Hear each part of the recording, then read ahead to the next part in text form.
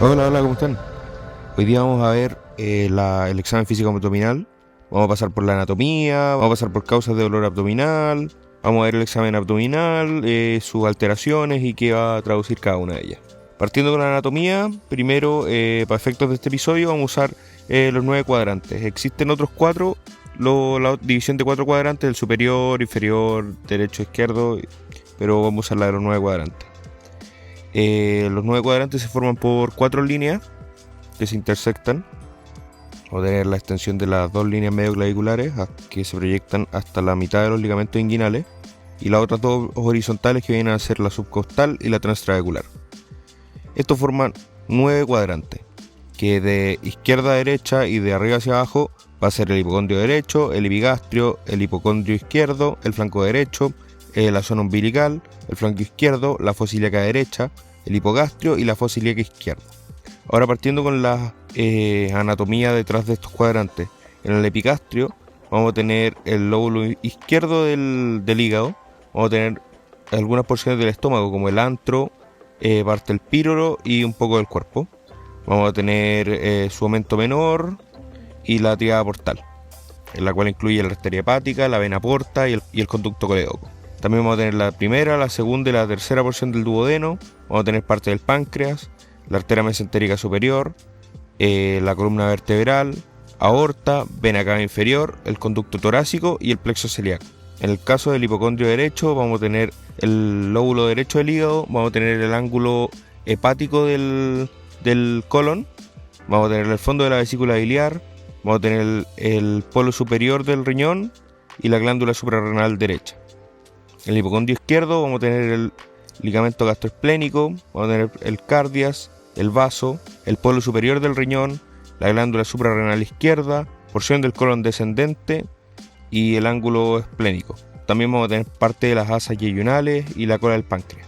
En el caso de la zona periumbilical, vamos a tener el cuerpo del estómago, el aumento mayor, el colon transverso, asas del intestino delgado, mesenterio, aorta y vena cava inferior. Ahora pasando por el flanco izquierdo, vamos a tener asas del intestino delgado y el colon ascendente.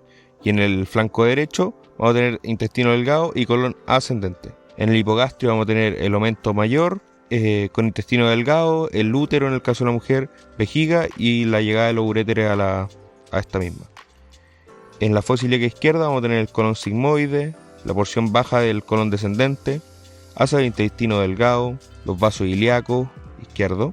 Vamos a tener el uréter izquierdo, el cordón espermático izquierdo en el hombre y el ovario y la tuba uterina izquierda en la mujer. Ahora en cuanto a la fosa ilíaca derecha, vamos a tener el ciego, el apéndice, las asas del intestino delgado, los vasos ilíacos, el uréter derecho, el cordón espermático derecho en el hombre y el ovario y la tuba uterina derecha en la mujer.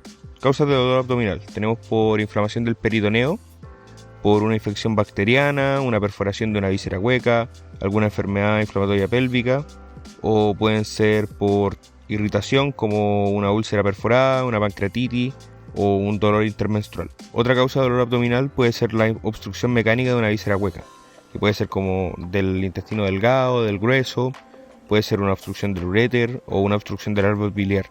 En este caso, en una obstrucción del árbol biliar podríamos tener un Murphy positivo o un Dumpy positivo.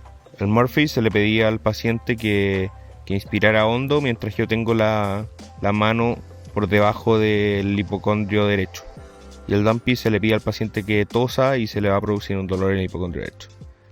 En estadios más avanzados puede tener signos de irritación peritoneal cuando ya existe compromiso de la vesícula, se rompe o hay alguna perforación.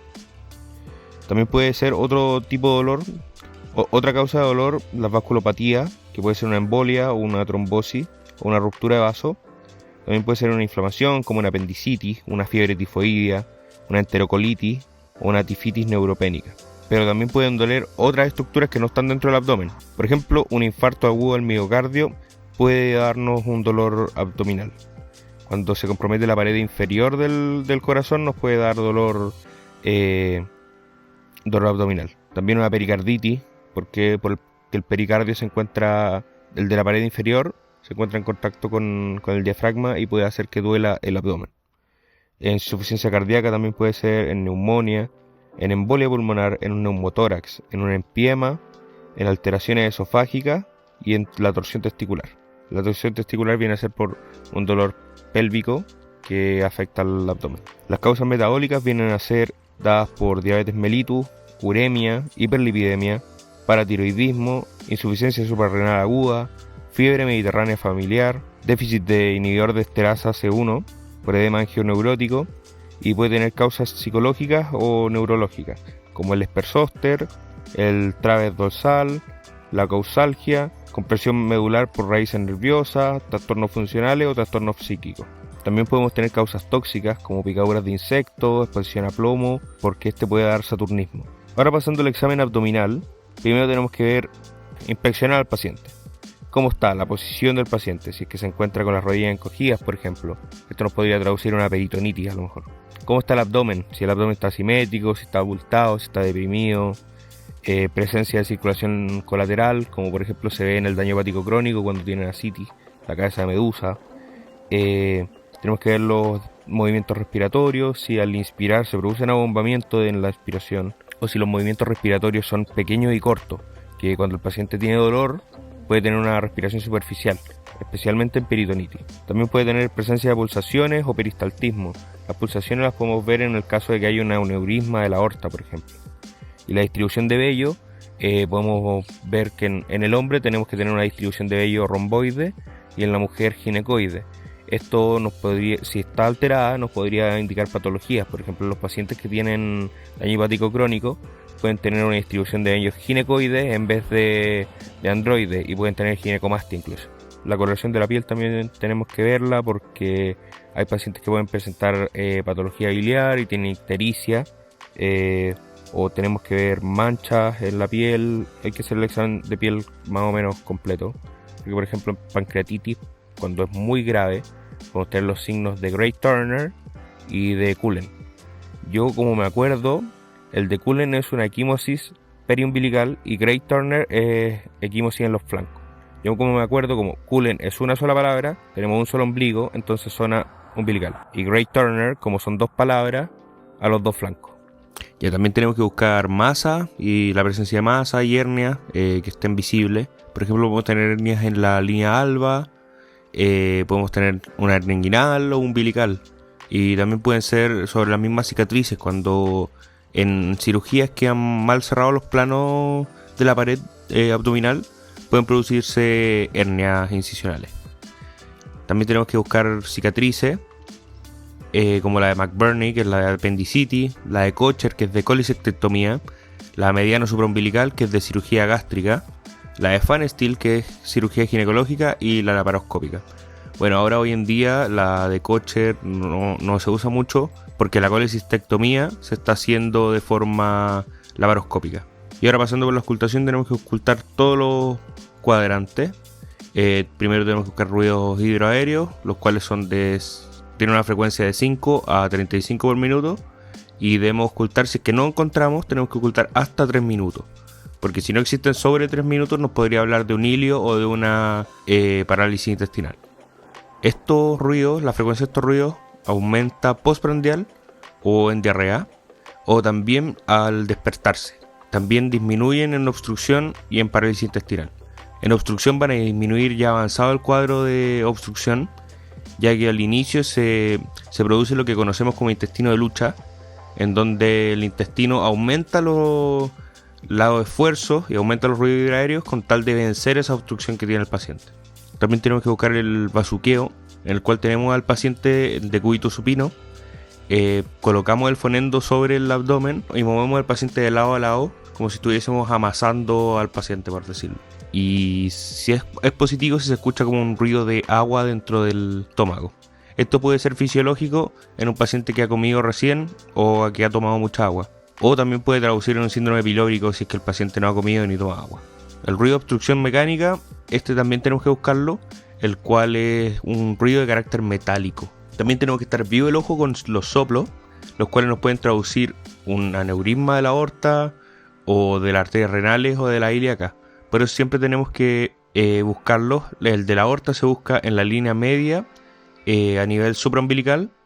Las renales se usan en el punto paramedial supraumbilical y las ilíacas en el punto paramedial infraumbilical. Pasando a la percusión, esta se va a hacer en los 9 cuadrantes y vamos a ir buscando distintos ruidos. La sonoridad es lo que es la normalidad, en donde se encuentran las vísceras del abdomen que son huecas. Vamos a tener timpanismo fisiológico en el espacio de Traube, y cuando existe distensión visceral también vamos a encontrar timpanismo. Y la matidez la vamos a ver en masas o en órganos sólidos como el hígado o el vaso, por ejemplo. Tenemos que buscar dirigidamente la proyección hepática, la cual el hígado por lo general está entre el quinto y el séptimo espacio intercostal, y tenemos que pasar desde la tercera, comenzar a percutir hasta llegar a una zona de matidez en donde se encuentra el borde superior del hígado, y luego continuamos hasta que escuchemos sonoridad o timpanismo de nuevo, el cual sería el borde inferior del hígado, y medimos esta distancia entre los dos bordes y nos debería dar un valor de entre 10 a 12 centímetros. Mayor a ese es una hepatomegalia. La matidez puede abolirse cuando existe una perforación de una víscera hueca, porque entra aire entre la pared del abdomen y el hígado, por lo tanto eso nos dificulta encontrar la matidez del hígado y se escucharía solamente timpánico. En el caso del vaso también tenemos que percutir para ver dónde está y ver su tamaño.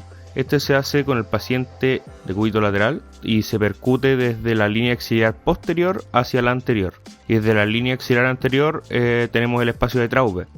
Por lo tanto vamos a percutir hasta que escuchemos el espacio de Traube y vamos a tener la medida del vaso. Cabe decir que la matidez esplénica no puede pasar la línea axilar anterior, y si la traspasa es considerada una esplenomegalia.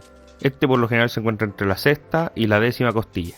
La matidez también puede ser dada por presencia de líquido, como por ejemplo en la CT vamos a tener una matidez desplazable, en el cual si el paciente está de cúbito supino vamos a tener matidez en la zona lumbar, por decirlo, y si ponemos al paciente de cúbito lateral va a desaparecer parte de esta matidez y se va a poner en el lado que esté en contacto con la camilla, el que esté abajo, y también podemos ver el signo de la ola positivo. También podemos encontrar matidez en sólidos como masas inflamatorias o tumores, también en el embarazo y en el globo vesical. El globo vesical puede ocurrir en diabetes mellitus cuando existe una neuropatía de los nervios y en el cual la vejiga no logra vaciarse íntegramente, entonces se acumula y se forma un globo vesical en los pacientes. Otra alteración que nos puede dar es presencia de gas, en el cual se va a escuchar timpánico el abdomen, se puede dar en meteorismo o en obstrucción intestinal. A la palpación primero partimos con la palpación superficial, en la cual vamos a buscar puntos dolorosos, presencia de resistencia muscular involuntaria y masa. Primero los puntos dolorosos, si llegamos a encontrar uno, tenemos que palpar lo más alejado posible del punto doloroso para palpar este al final, porque nos puede alterar el examen produciendo resistencia muscular. También si encontramos resistencia muscular, tenemos que ver si es voluntaria o involuntaria. Por ejemplo, hay pacientes que les da risa o les da cosquillas que uno le palpe, por lo tanto hay que tratar de distraerlo para ver si es que la resistencia muscular es realmente involuntaria o es por efecto de cosquilla o de la risa. Y la que es involuntaria nos puede traducir en irritación peritoneal.